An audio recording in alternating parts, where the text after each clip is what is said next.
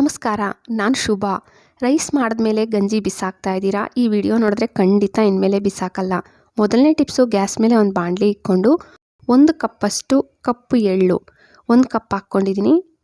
ಸ್ವಲ್ಪ gas medium ಫ್ಲೇಮಲ್ಲಿ ಇಟ್ಕೊಂಡು ನಿಧಾನವಾಗಿ ಹುರ್ಕೊಳ್ರಿ. ನಿಮಗೆ ಗೊತ್ತಾಗುತ್ತೆ, ಒಂಥರ ಚಟಪಟ ಸೌಂಡ್ ಬರುತ್ತೆ ಮತ್ತು ಸ್ಮೆಲ್ ಬರುತ್ತೆ, ಒಂದು ಒಳ್ಳೆ ಸ್ಮೆಲ್ಲು.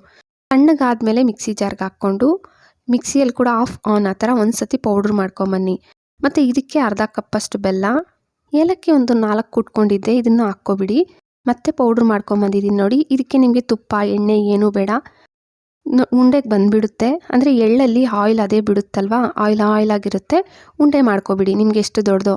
ಎಳ್ಳಲ್ಲಿ ತುಂಬ ಕ್ಯಾಲ್ಶಿಯಂ ಯಥೇಚ್ಛವಾಗಿರೋದ್ರಿಂದ ಹೆಂಗಸ್ರಿಗೆ ಏನಾಗುತ್ತೆ, ಹಿಮೋಗ್ಲೋಬಿನ್ ಕೊರತೆ ಇರುತ್ತಲ್ಲ, ಅವ್ರು ಏನು ಮಾಡಬೇಕಂದ್ರೆ ನಿಮಗೆ ಯಾವುದೇ ಮೆಡಿಸಿನ್ ಏನು ಬೇಡ, ನ್ಯಾಚುರಲ್ ಆಗಿ ಒಂದು ಉಂಡೆ ತಿನ್ನಿ ಸಾಕು. ಈ ಥರ ಎಳ್ಳುಂಡೆ, ಹಿಮೋಗ್ಲೋಬಿನ್ ಕೊರತೆ ಇರಲ್ಲ. ಮತ್ತು ಇವಾಗ ತುಂಬ ಥಂಡಿ ಇದೆ, ಬೇಗ ಕೋಲ್ಡ್ ಆಗೋಗುತ್ತೆ ಒಬ್ಬೊಬ್ರಿಗೆ ಬಾಡಿ. ಅವ್ರು ಏನು ಮಾಡಬೇಕಂದ್ರೆ, ಮಕ್ಕಳಾಗಲಿ ಗಂಡಸರು ಹೆಂಗಸ್ರು ಎಲ್ಲರೂ ತಿನ್ಬೋದು. ಒಂದು ಉಂಡೆ ತಿನ್ನಿ. ಮಕ್ಕಳಿಗೆ ಇವಾಗ ನಾವು ಸ್ನ್ಯಾಕ್ಸ್ಗೆ ಫ್ರೂಟ್ಸ್ ಎಲ್ಲ ಕಳಿಸ್ತೀವಲ್ಲ, ಅದ್ರ ಜೊತೆಗೆ ಈ ಉಂಡೆನೂ ಒಂದು ಕಳಿಸಿ. ಇದು ಉಷ್ಣತೆಯಿಂದ ಕೂಡಿರೋದ್ರಿಂದ ಬಾಡಿ ಕೂಡ ಒಂಥರ ಉಷ್ಣತೆಯಿಂದ ಇರುತ್ತೆ, ಬೇಗ ಕೋಲ್ಡು ಕಫ ಆಗದಿರ ನಮಗೆ ಸಹಾಯ ಮಾಡುತ್ತೆ. ಎರಡನೇ ಟಿಪ್ಸು, 2 ಟಿಶ್ಯೂ ಪೇಪರ್ ತಗೊಂಡಿದ್ದೀನಿ.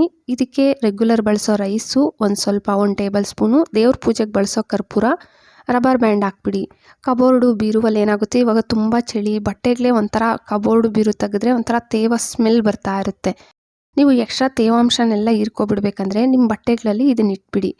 ಈ ಥರ ಇಟ್ಬಿಟ್ಟಿದ್ದೀರಂದರೆ ಕಬೋರ್ಡು ಬೀರುವಲ್ಲಿ ಸ್ಮೆಲ್ ಬರಲ್ಲ. ಮೂರನೇ ಟಿಪ್ಸು, ಹೆಂಚ ಮೇಲೆ ನಾನೊಂದು ಪಲಾವ್ ಎಲೆ, ಲವಂಗ ಸ್ವಲ್ಪ ಬೆಂಕಿಯಲ್ಲಿ ಸುಟ್ಕೊಂಡೆ. ಗಾಜಿನ ಬಾಟಲ್, ಇವಾಗ ಉಪ್ಪಿನಕಾಯಿ ಸ್ಟೋರ್ ಮಾಡಬೇಕು, ಇಲ್ಲ ಬೆಳ್ಳುಳ್ಳಿ ಶುಂಠಿ ಪೇಸ್ಟು, ಆ ಗಾಜಿನ ಬಾಟಲಲ್ಲಿ ಅದೇ ಸ್ಮೆಲ್ ಬರ್ತಾ ಇದೆ, ನಿಮಗೆ ಸ್ಮೆಲ್ ಇರಬಾರ್ದು, ಬೇರೆ ಏನೋ ಹಾಕ್ಕೋಬೇಕಂದಾಗ ಈ ಥರ ಮಾಡಿದ್ದೀರಂದರೆ ಆ ಗಾಜಿನ ಬಾಟಲ್ ಒಳಗೆ ಸ್ಮೆಲ್ ಇರಲ್ಲ. ಮಿಕ್ಸಿ ಜಾರ್ಗೆ ದಾಸವಾಳದ ಹೂವು, ಮಗ್ಗು ಮತ್ತು ಎಲೆ, ಸ್ವಲ್ಪ ಮೆಂತ್ಯ ಕಾಳು ಹಾಕ್ಕೊಂಡಿದ್ದೀನಿ. ಇದಕ್ಕೆ ನೀವು ಒಂದು ಸ್ವಲ್ಪ ಗಂಜಿನೂ ಹಾಕ್ಕೊಂಡು ರುಬ್ಕೊಂಬರ್ಬೇಕು. ಇದನ್ನು ಸ್ವಲ್ಪ ಗಟ್ಟಿಯಾಗಿ ರುಬ್ಕೊಂಡಿದ್ದೀನಿ, ಅಂದರೆ ಪ್ಯಾಕ್ ಥರ ಯೂಸ್ ಮಾಡ್ಕೋಬೋದು.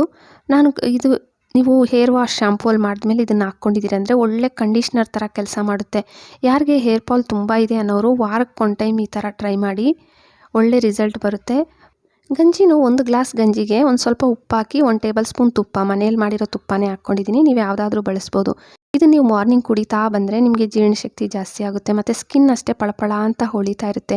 ಕೂದಲಿಗೂ ತುಂಬಾ ಒಳ್ಳೆಯದು, ಮತ್ತು ದೇಹದ ಉಷ್ಣತೆ ಬೇಗ ಕಮ್ಮಿ ಮಾಡುತ್ತೆ. ಯಾರಿಗೆ ತುಂಬ ಹೀಟ್ ಅಂತಾರಲ್ಲ ಅವರು ಇದನ್ನು 1 ವಾರ ಕುಡಿದು ನೋಡಿ, ನಿಮಗೆ ರಿಸಲ್ಟ್ ಗೊತ್ತಾಗುತ್ತೆ. ಮತ್ತು ಗಂಜಿ ಸ್ವಲ್ಪ ಇತ್ತಲ್ಲ, ಇದಕ್ಕೆ ನಾನು ಒಂದು ಸ್ವಲ್ಪ ವಿನಿಗರ್ ಸೇರಿಸ್ತಾ ಇದ್ದೀನಿ. ಚೈನೀಸ್ ಐಟಮ್ಗೆ ನಾವು ಬಳಸ್ತೀವಲ್ಲ ಅದೇ ವಿನಿಗರು ಒಂದು ಸ್ವಲ್ಪ ಹಾಕ್ಕೊಬಿಡಿ. ಒಂದು ಅರ್ಧ ಗ್ಲಾಸ್ ಹಾಕ್ಕೊಂಡಿದ್ದೀನಿ. ನಿಮ್ಮ ಇವಾಗ ಸಿಂಕಲ್ಲಿ ಏನಾಗುತ್ತೆ, ಮಳೆಗಾಲ ಚಳಿಗಾಲದಲ್ಲಿ ಸ್ಮೆಲ್ ಬರ್ತಾ ಇರುತ್ತೆ. ಬಾತ್ರೂಮ್ಸಲ್ಲಿ ಎಷ್ಟೇ ಸ್ಮೆಲ್ ಇದೆ ಅಂತಂದರೆ ನಿಮಗೆ ಯಾವುದೇ ಹಾರ್ಪಿಕ್ಕು, ಲೈಸಾಲ್ ಏನೂ ಬೇಡ. ಬರೀ ಇದನ್ನು ಸ್ವಲ್ಪ ಹಾಕ್ಕೊಂಡು ಚೆನ್ನಾಗಿ ಕ್ಲೀನ್ ಮಾಡ್ಕೊಬಿಟ್ಟಿದ್ದೀರಂದರೆ, ರಾತ್ರಿ ಮಲಗೋವಾಗ ಈ ಥರ ಮಾಡಿದ್ದೀರಂದರೆ ನಿಮ್ಮ ಸಿಂಕಲ್ಲಿ ಸ್ಮೆಲ್ ಬರಲ್ಲ. ಮತ್ತು ಸ್ವಲ್ಪ ಗಂಜಿಗೆ ನಾನು ಎಕ್ಸ್ಪೈರ್ ಆಗಿರೋ ಮಕ್ಕಳದು ಸಿರಪ್ ಎಲ್ಲ ಇರುತ್ತಲ್ಲ, ಮಕ್ಕಳದೇ ಎಲ್ಲ ದೊಡ್ಡವ್ರದ್ದೇ ಆಗಲಿ, ಅದನ್ನು ಹಾಕ್ಕೊಬಿಡಿ. ಇದನ್ನು ನೀವು ಯಾವುದನ್ನ ಬಾಟಲ್ದು ಮುಚ್ಚಳಗಳು ಇಲ್ಲ ಸಿರಪ್ದು ಮುಚ್ಚಳ ಬರುತ್ತಲ್ಲ, ಇದರೊಳಗಡೆಗೆ ಒಂದು ಸ್ವಲ್ಪ ಇದನ್ನು ಲಿಕ್ವಿಡ್ ಹಾಕ್ಕೊಬಿಟ್ಟು, ನೀವು ಎಲ್ಲೆಲ್ಲಿ ನಿಮಗೆ ಹಲ್ಲಿ ಓಡಾಡುತ್ತೆ, ರಾತ್ರಿ ಟೈಮ್ ಜಿರಳೆ ಓಡಾಡುತ್ತಲ್ಲ, ಅಲ್ಲೆಲ್ಲ ಇದನ್ನು ಇಟ್ಬಿಡಬೇಕು. ಇಟ್ಬಿಟ್ಟಿದ್ದೀರಂತಂದರೆ ಜಿರಳೆ ಹಲ್ಲಿ ಓಡಾಡೋದಿಲ್ಲ. ಲಾಸ್ಟ್ ಟಿಪ್ಸು, ಈರುಳ್ಳಿ ನಮಗೆ ಸಣ್ಣ ಕಟ್ ಮಾಡೋಕ್ಕೆ ಬರಲ್ಲ. ನೀವು ಈರುಳ್ಳಿ ಸಿಪ್ಪೆ ತೆಗಿವಾಗಷ್ಟೇ ಮೇಲೆ ಇರೋ ಭಾಗನ ಕಟ್ ಮಾಡಬಾರ್ದು, ನಿಮಗೆ ಕಣ್ಣಲ್ಲಿ ನೀರು ಬರಲ್ಲ ಈ ಥರ ಮಾಡೋದ್ರಿಂದ. ಮತ್ತು ಪೋರ್ಕ್ ಚುಚ್ಚಿಬಿಟ್ಟು ನೋಡಿ, ನಾನು ವಿಡಿಯೋದಲ್ಲಿ ತೋರಿಸ್ಕೊಡ್ತಾ ಇದ್ದೀನಲ್ಲ, ಈ ಥರ ಮಾಡಿದ್ದೀರಂದರೆ ಎಷ್ಟು ಸಣ್ಣ ಈರುಳ್ಳಿ ಬೇಕಾದರೂ ನೀವು ಕಟ್ ಮಾಡ್ಕೋಬೋದು, ಕೈ ಬೆರಳು ಕೊಡೋದಿಲ್ಲ.